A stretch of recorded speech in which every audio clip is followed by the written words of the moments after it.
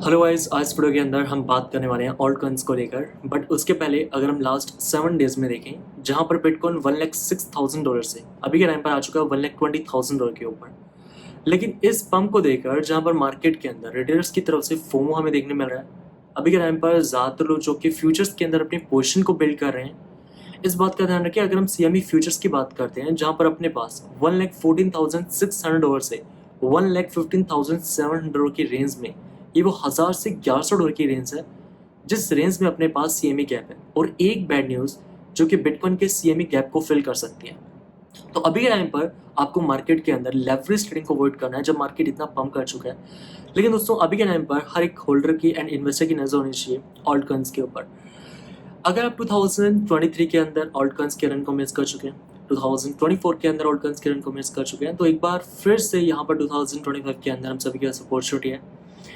क्योंकि यहाँ पर हम देख क्या रहे हैं कि जब मार्केट के अंदर 6 to 7 मंथ्स का लॉन्ग टाइम फ्रेम का डाउन ट्रेंड स्ट्रक्चर ब्रेक हुआ है, उसके बाद हमें ऑल्ट कॉइन्स के अंदर 2 से 3 महीने का ये शॉर्ट टाइम फ्रेम का रन देखने मिला है। और 2025 के अंदर अगर हम टोटल क्रिप्टो मार्केट कैप की बात करते हैं, जहां पर मंथली टाइम फ्रेम के अंदर हम रेजिस्टेंस को ब्रेक कर चुके हैं। अगर हम टोटल 2 की बात करते हैं, बिटकॉइन के मार्केट कैप को एक्सक्लूड कर देते हैं, तो यहाँ पर भी देखा सकते हैं हम लास्ट 7 to 8 मंथ्स की डाउन ट्रेंड रेजिस्टेंस को यहाँ पर प्राइस एक्शन में ब्रेक कर चुके हैं। टोटल 3 में भी दिखा सकते हैं हम रेजिस्टेंस को ब्रेक कर चुके हैं। अगर हम अदर्स मार्केट कैप को देखते हैं, टॉप 10 की क्रिप्टो करेंसीज को एक्सक्लूड करके देखें, तो यहाँ पर हम रेजिस्टेंस का ब्रेकआउट तो अभी से 1.5 महीने पहले ही कर चुके थे। लेकिन रेजिस्टेंस को ब्रेक करने के बाद यहाँ पर हम जिस रेजिस्टेंस से रिजेक्ट हो रहे थे, अब इसी रेजिस्टेंस को सपोर्ट कंफर्म करने के बाद नेक्स्ट लेग अप ले चुके हैं। तो अभी के टाइम पर दोस्तों इस बात का ध्यान रखें, मार्केट के अंदर शॉर्ट टाइम फ्रेम के अंदर इस टाइम पर करेक्शन आते रहेंगे, जैसा कि हम अभी हाल ही के अंदर देख चुके हैं। जब ऑल्ट कॉइन्स के अंदर हमें 3 to 4 डेज पहले 15 से 20% तक की रिकवरी मिली, अगले दिन हमें 10% का करेक्शन मिला, फिर यहाँ पर ऑल्ट कॉइन्स रिकवर हो चुके हैं। तो इस टाइम पर आपको मार्केट के अंदर अपनी पोजिशंस को बनाकर रखना है। लेकिन होता क्या,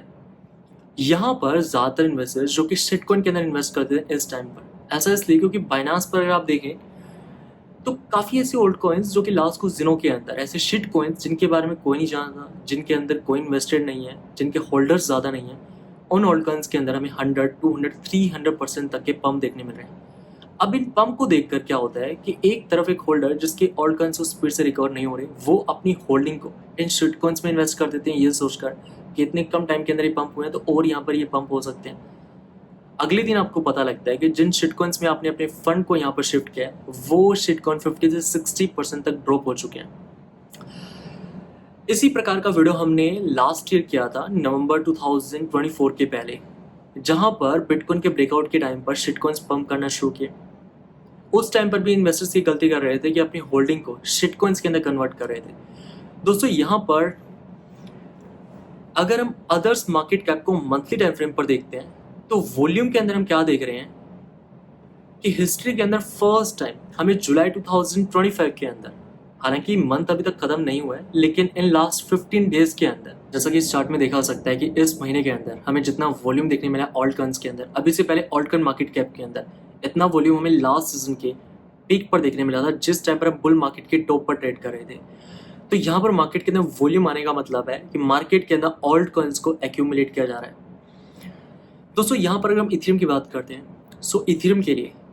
यहाँ पर जिस सपोर्ट ट्रेंड लाइन की हम बात कर रहे थे, या जिस सपोर्ट ट्रेंड लाइन को इथेरियम 2022 जून से रिस्पेक्ट कर रहा था, जिसे हमने ब्रेकडाउन किया था फरवरी के अंदर, 6 मंथ्स के बाद एक बार फिर से इथेरियम अपने लास्ट 4 ईयर्स के सपोर्ट ट्रेंड को रिक्लेम कर चुका है। और कल ही के दिन यहाँ पर हमें वीकली क्लोजिंग देखने मिली है $3000 के ऊपर। अब इस सपोर्ट ट्रेंड के ऊपर ट्रेड करने का मतलब है कि इथेरियम के लिए जो नेक्स्ट टारगेट निकल कर आता है वो है $4000 के ऊपर, जहां पर अपने पास स्ट्रॉन्ग रेजिस्टेंस एरिया, जिस स्ट्रॉन्ग रेजिस्टेंस से इस साइकिल के अंदर अभी तक हम 3 बार रिजेक्ट कर चुके हैं। तो जब तक इथेरियम यहाँ पर अपने लॉन्ग टाइम फ्रेम के सपोर्ट ट्रेंड लाइन या फिर $3000 के ऊपर ट्रेड कर रहा है, तो अपने पास यहाँ पर इथेरियम के लिए जो टारगेट है वो है करंट लेवल से $1000 का इंक्रीमेंट, जो कि $4000 का लेवल। अभी के टाइम पर आपको इस बात का ध्यान रखना है, अपने ऑल्ट कॉइन होल्डिंग्स को बनाकर रखें। दोस्तों, यहाँ पर जब मार्केट के अंदर हम इम्पोर्टेंट स्ट्रक्चर को ब्रेक करते हैं, उसके बाद